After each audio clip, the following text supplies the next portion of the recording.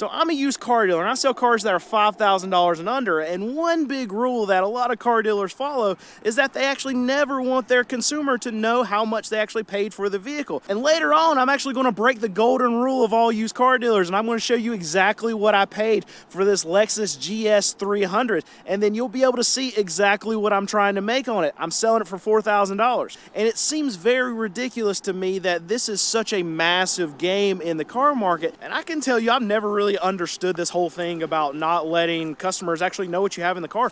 One of the best ways that I've negotiated with customers throughout the years, I've been doing this for 14 years, is actually showing them what I have in the car. And a lot of cases, I'll go up to a customer that wants to get $500, $1,000 off a car. I'll show them my price sheet, say, look, all right, this car is $4,000. I've got $3,000 in it. I typically make about $1,000. How much would you like me to make on this car? And in 90% of the cases, what a customer will say is, you know what, that seems fair, and we'll take it. So that's been my easiest way to negotiate with a customer, is be able to just tell them exactly what I have in the car, exactly what I'm making on the car, and if it's reasonable, they'll take it. And on the used car side of things, well, there's not a whole lot of tricks or money being moved around to actually know what a dealer has in the vehicle. But on the new car side, it's a lot more shady than what you would even see from a used car dealer. On the new car side of things, you have lots of money that's coming from the manufacturer, and the invoice price of what a dealer actually has in the car, well, in a lot of cases, that's a lie. That's not what the dealer actually pays for the car. And throughout this video, we'll actually talk about that. From invoice, how much room does a new car dealer really have before they are actually losing money? So invoice is a fake number. In a lot of cases, I'll hear people talk about invoice. This is what the dealer pays, and on paper,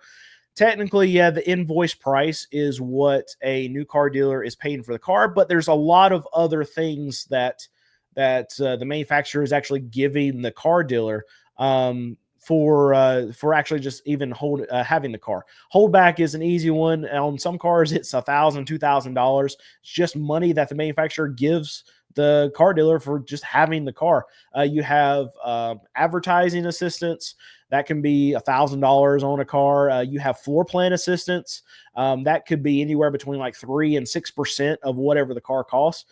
So you have a lot of these other things where you can have a car that the invoice price says it's $45,000 for the dealer, but in all actuality, when you add all these other elements to the car, the other money that the manufacturer is giving these car dealers, that real price that the dealer is actually in the car could be somewhere closer to $40,000. There could be $5,000 worth of fluff.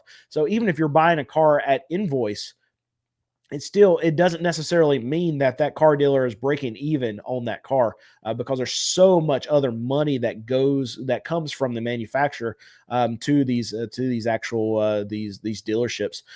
So if you're talking about from invoice, how much room does a new car dealer really have before they're actually losing money? It could be, in that example, it could be $5,000. So there's a lot of people say, well, okay, well, give me the invoice price. That's what I'm going to pay for a car. And there's some dealers out there on some cars are like, they're high-fiving when you pay them invoice for the car, because they're still making $5,000, and then they can get you on all the back end products too.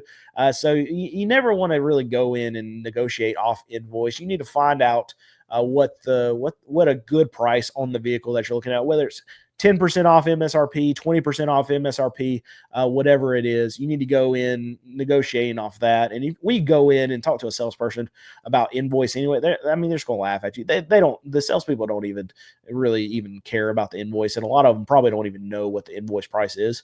But it's just, and they're not going to like you as a customer, and you want to be liked by your salesperson. They're going to fight harder for you if you're not being not being a butthole when you go in there and acting like you know everything before you actually go in there and buy the car. It's not helpful. That's a human being that's sitting across the table. As many of you would like to not believe it, that is an actual human being that has a family, that has to pay bills on the other side of the table.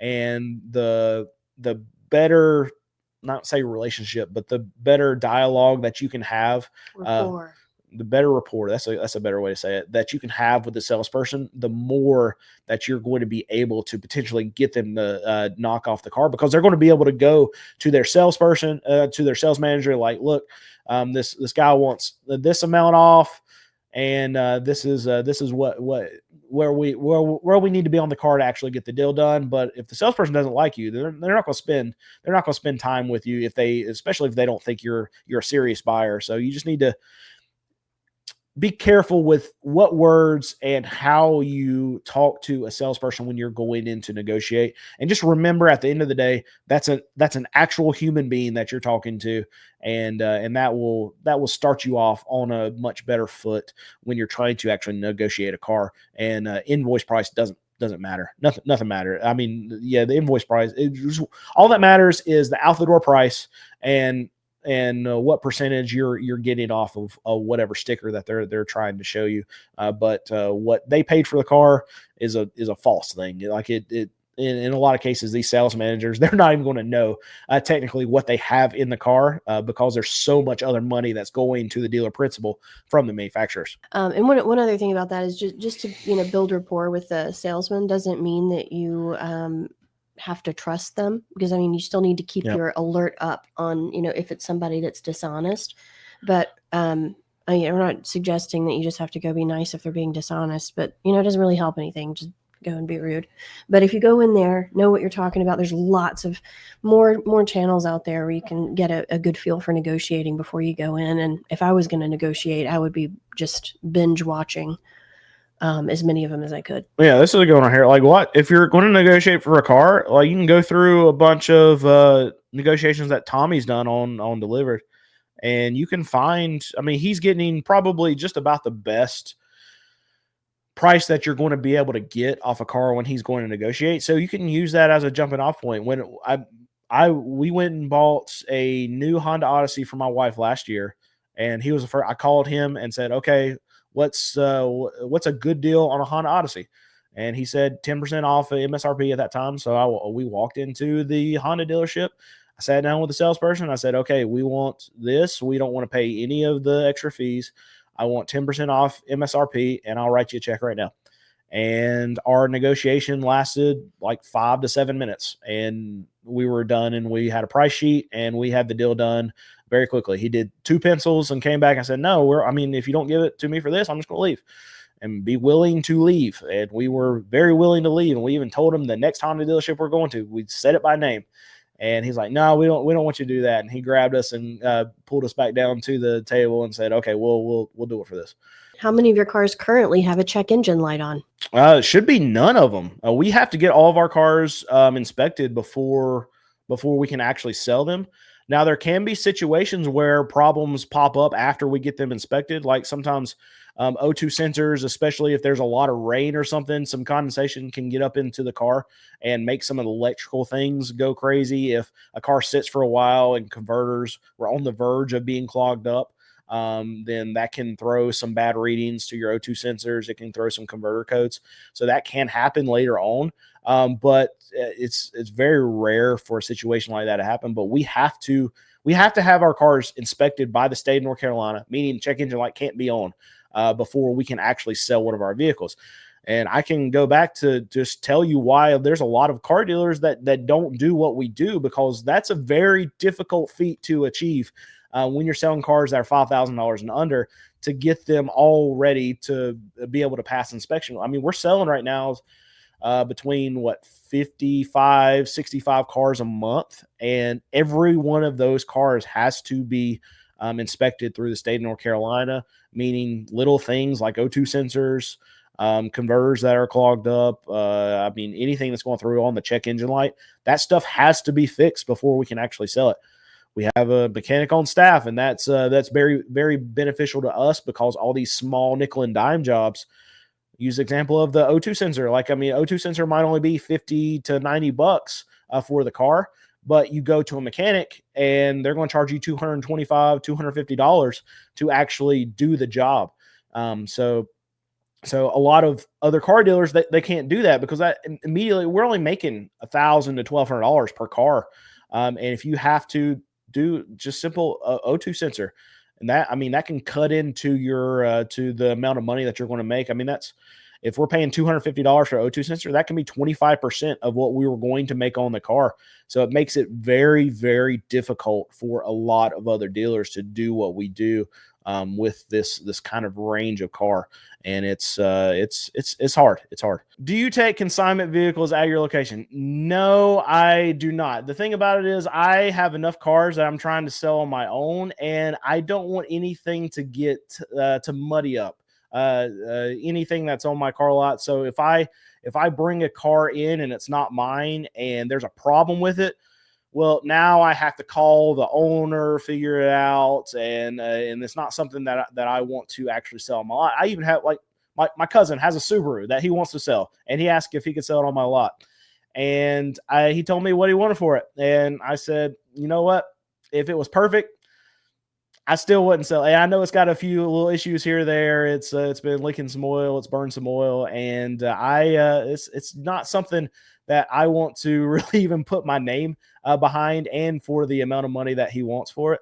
So even family members, they also ask me to sell cars on our lot, and I'm very, very hesitant because when it's on my lot, it's got my name on it, and if I sell a car to somebody, and 2 weeks from now, a month from now, something bad happens to that car, the transmission motor falls out of it, then that's me on that car.